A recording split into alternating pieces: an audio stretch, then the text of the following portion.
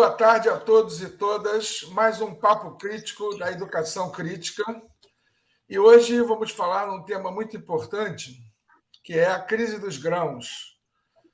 Essa crise ela vai estar ligada intimamente a um processo de luta entre a Ucrânia e a Rússia, né?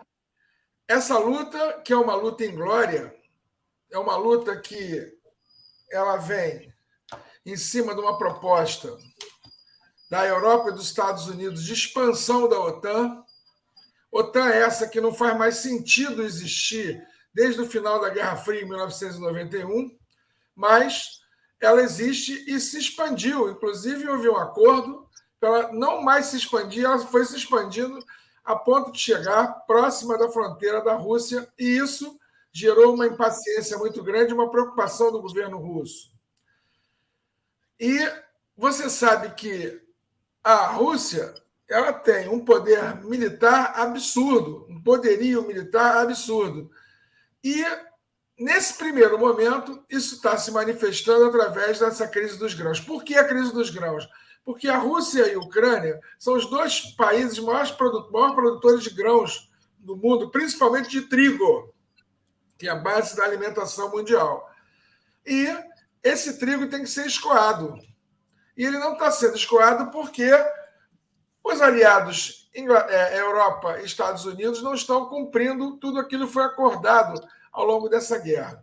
Então, o Magno vai explicar melhor isso, só quero iniciar para mostrar para vocês que a base disso é a intransigência, principalmente, aqui a gente vai tomar uma posição, não é a posição do Brasil, que é a correta, de neutralidade. A gente não tem essa preocupação de neutralidade. Guerra é ruim para qualquer lado, mas a inconsistência de tentativa de acordo dos Estados Unidos e da Europa está gerando essa crise. Magno. Primeiramente, boa tarde a todos, boa tarde, mestre.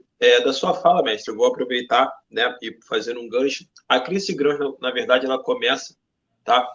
Quando você teve, no primeiro acordo, né, selado entre a Rússia e a Ucrânia, numa tentativa ali ainda, no início desse ano, de uma tentativa de acordo de paz, mas que não foi possível, e a guerra já se estende por mais de um ano, né, que não haveria ataques nem nas regiões produtoras de grãos e nem também nos portos, né, que são usados aí para escoar esse grão. E na semana passada, para ser mais exato, houve a ruptura desse acordo, quando houve um contra-ataque, né, ucraniano com armas cedidas, entre elas da Polônia e do próprio Estados Unidos, contra o território da Crimeia. Então, isso gerou uma insatisfação na Rússia, que resolveu, claro, atacar os portos que são utilizados aí para escoamento desses grãos. Um detalhe importante, tá? Como o Jorge também falou, pessoal, o trigo é usado como matéria-prima para diversos outros produtos da indústria alimentícia.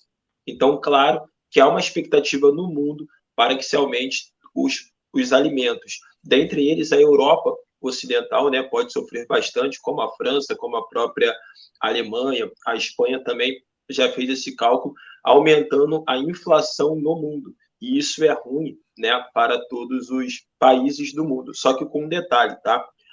Uma medida tomada pelo atual governo brasileiro, inclusive uma medida muito assertiva, que foi o programa, o PPA, né, que é o Programa de Aquisição de Alimentos, o PA, desculpa, que é o Programa de Aquisição de Alimentos, e também as cozinhas solidárias, tende a diminuir o impacto dessa política, né, desse conflito lá dos grãos entre a Rússia e a Ucrânia. Por quê? Tá?